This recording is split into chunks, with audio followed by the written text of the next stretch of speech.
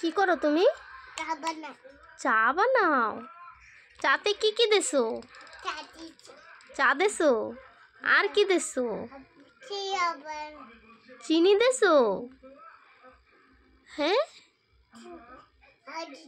হয় দেছো, দুধুও দেছো। তাই কুমির, কুমির দিয়ে কেউ চা বানায়? হ্যাঁ, চা চা আমি খাবো। আমার জন্য একটু রাখো। তাই সব খাচ্ছ, আমার জন্য একটু রাখো।